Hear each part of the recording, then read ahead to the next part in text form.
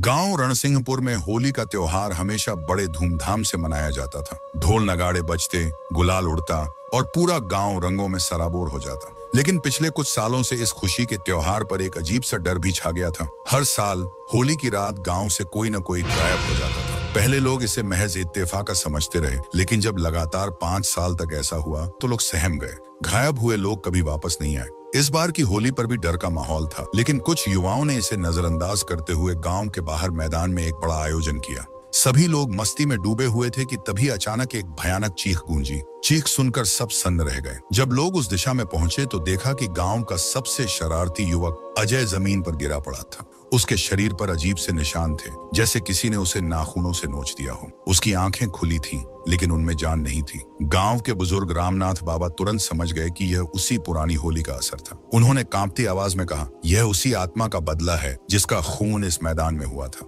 गांव के सबसे बुजुर्ग व्यक्ति दीनानाथ जी ने गहरी सांस ली और बोले, 35 साल पहले इसी मैदान में एक आदमी का खून हुआ था। उसका नाम वीरू था। वह एक गरीब किसान था जिसे कुछ जमींदारों के बेटों ने सिर्फ मजाक में मार डाला था। उस दिन भी होली थी। वीरू गांव वालों के साथ होली खेलना चाहता था, लेकिन कुछ शराबी युवाओं ने उसे परेशान करना शुरू कर दिया। जब उसने विरोध किया तो उन्होंने उसे पीट पीट कर मार डाला और शव को इस मैदान में दफना दिया। मरने से पहले वीरू ने कहा था, तुम लोगों ने मेरे खून से होली खेली है, अब हर साल जब जब रंग उड़ेगा मैं लौटूंगा। अब तक वीरू की आत्मा चुप थी, लेकिन 5 साल पहले कुछ युवाओं ने होली के दौरान इस मैदान में एक मजाकिया रस्म के नाम पर उसकी कहानी का मजाक उड़ाया। तब से हर साल होली की रात कोई न कोई गायब होने लगा। रामनाथ बाबा बोले, हमें वीरू की आत्मा को शांत करना होगा, वरना यह सिलसिला कभी नहीं रुकेगा। गांव वालों ने मिलकर एक पूजा करने का निर्णय लिया, लेकिन जैसे ही उन्होंने मंत्रोच्चारण शुरू किया, अचानक तेज हवा चलने लगी। होलिका दहन की आग अचानक भड़क उठी और उसमें से एक काली छाया निकली। वह छाया हवा में तैर रही थी। उसकी आंखें खून जैसी लाल थीं। वह जोर से चिल्लाई,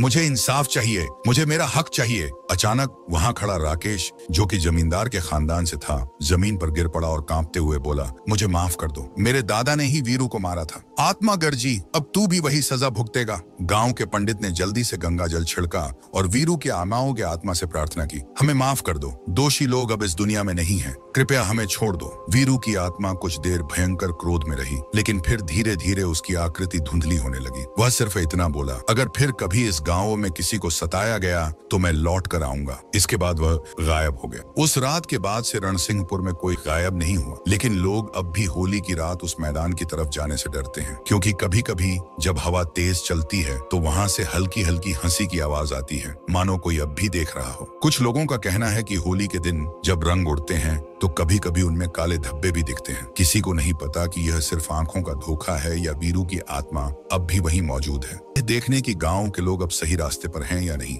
इसलिए हर साल होली पर गांव के लोग पहले वीरू की आत्मा के लिए विशेष पूजा करते हैं, लेकिन डर अब भी बना हुआ है, क्योंकि अगर कोई फिर से उस मैदान में होली खेलने की हिम्मत करे तो क्या होगा, यह कोई नहीं जानता।